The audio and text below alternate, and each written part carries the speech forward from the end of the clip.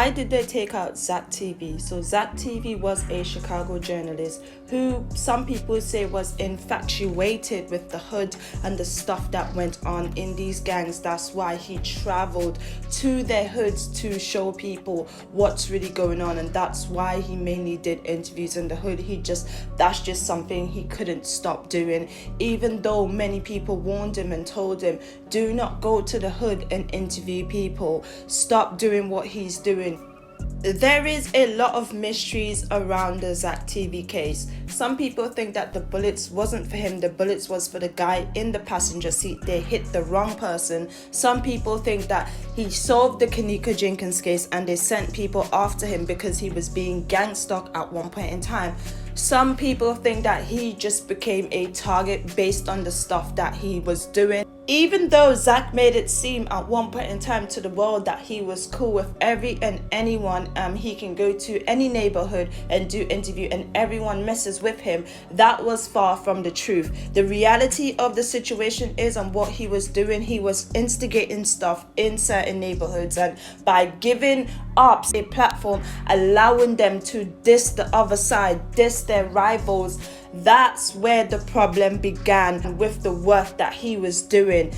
So some people say that he was instigating stuff, and many people died behind some of the interviews he did. There is a case where someone died and the people connected to that person started messaging and tweeting out, F Zack TV, he's the police, we gon' catch him, we gon' see him. And they felt like because of Zack TV's interview, that's why that person got caught in the streets, because he was instigating stuff due to giving people platforms to allow them to diss ups and do all this extra stuff. So there is many theories around the Zack TV case. First, we're going to look into the Kenneka Jenkins case, because many people believe that's 100% the reason why they took out Zack TV.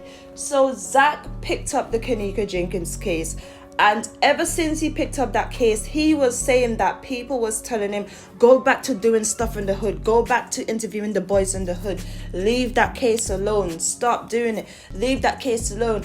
And I don't get why everyone wanted him to leave that case alone, even though it was something that everyone was talking about at the time. And out of all the people that was covering that case, why did they target Zack TV and telling him to stop doing the case? What was so important about him sitting down and talking about? The only reason I could have think of they were trying to not let him speak about this case is because he was from Chicago. They were scared that he was going to expose it all. People think he solved the Kenneka Jenkins case. I don't think he did. I think they took him out before. The world was interested in this case and what he had to say about it, but what some people started finding a bit weird is certain things that he was doing, stuff that he wasn't putting out that he was meant to put out, things that he was telling people and wasn't following up on it. So you guys remember he interviewed Irene, right? And he also interviewed two other boys that was in the room as well. This is where it became a bit weird.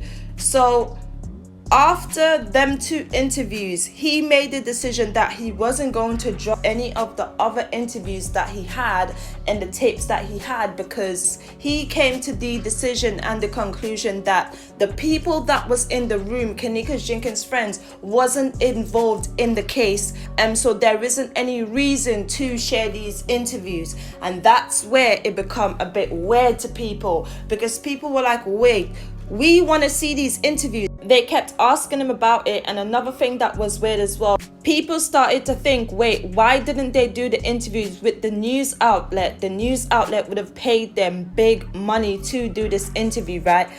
Zack TV explained why they all came up with the decision not to do the interviews.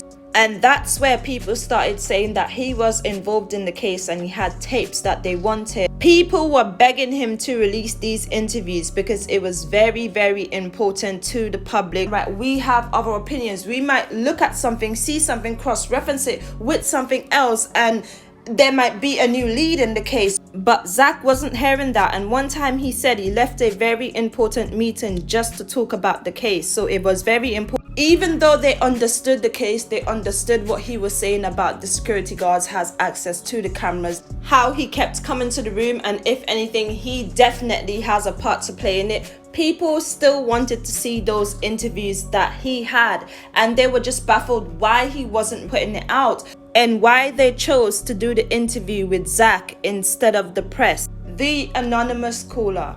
Some people think that Zack wasn't taken out because of the Kanika Jenkins case and the anonymous caller was fake. It was a clout move. He lied about having his house breaking into because he was a clout demon. While he was on the case, he said a lot of weird stuff started happening. People started monitoring this group that he would put out information in. He started getting all these calls from private numbers. Then he got this anonymous call that he picked up and he started communicating with, and this person knew everything about him. He didn't know where and how she even got the number. She kept messaging him and making him like very paranoid, very freaked out. She would message and call him late in the night, and then she would send messages and unsend them and stuff like that. So he thought that she knew something 100%, and then she would message him from this chat, but he can't call the number. He could only like respond. It was very, very creepy. When he got one of the calls, right, he went live and the woman was speaking about it, and she was telling him, make sure you circle the block before you go home. They're after you. Be careful. Tell your family you love them. And this is, I mean, it just gets creepier from here. So this is a few of the videos where Zack TV couldn't stop going on about the situation. He spoke about this situation on like 5 different occasions. What happened? A lot. One thing he'll go with. Made it right in a parking lot by a bank, and they didn't even put their lights or sirens on. They was just right back. So in this part right here, he's talking about getting home that night, but then he think that he was being followed, but then they pulled him over and they tried to appear as like police officers. But when I made it right, they put the not the sheriff, but the second black SUV put his lights on. I pulled over. He was saying, "Sir, how are you?" And it was random. You know what I'm saying? I ain't have my seatbelt on, but as y'all can see from the video, I'm like, I'm blessed. How you? You know? Oh no, I'm just checking on you. How you been? We just want to, you know what I'm saying, welcome you to the community. The community. I've been living out here for, like, I'm in the burbs. I'm looking like, what did you? It was like super random. Like, they didn't ask for my license.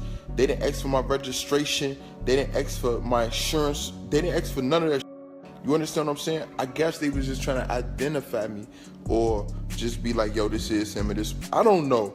It just random after I get through talking to Tanya, or whatever her name is, that they do that. You know what I'm saying? Like, and I was going back and forth talking about like, nah, that's her, that's not her. Yo, to me, that her name isn't Tanya. You understand what I'm saying? We all heard her say, "Hey, live." We heard that. You understand what I'm saying? Like, who is this? Why you targeting me out of everybody? You know what I'm saying? Why you targeting me? Why you come to me to tell me this? Don't tell me this. Now you putting a target on my back. Real talk. That's how I'm thinking. That's how I'm feeling. Like, why you tell me what you know what I'm saying? Like, go to the police. So the text she said, when she said in the morning, she said early. Remember this man, it's like 12, 2 in the morning. She say, and it's from the text app because I couldn't call her number back. Tried to call it back or whatever. Be careful and be wary of the people you be around. Stay prayed up. And what else she was saying? As soon as you finish reading the text message, delete it. And I'm like, is this some enemy of the state? She getting me real like nervous, like paranoid.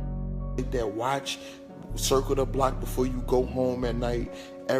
They don't want you to talk about this. I don't want you to talk about it. I just want you to, you know too much already.